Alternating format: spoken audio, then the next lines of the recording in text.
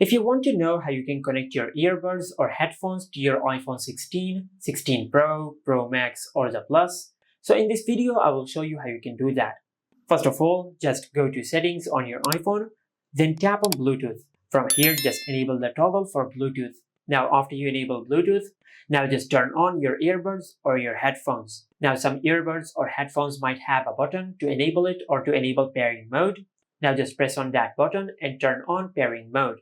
Now as you can see, my earbuds are turned on, and once you turn on your earbuds, their signal will be shown under the devices section. Now just tap on the signal to connect your earbuds to your iPhone. Now as you can see, we have successfully connected our earbuds to our iPhone.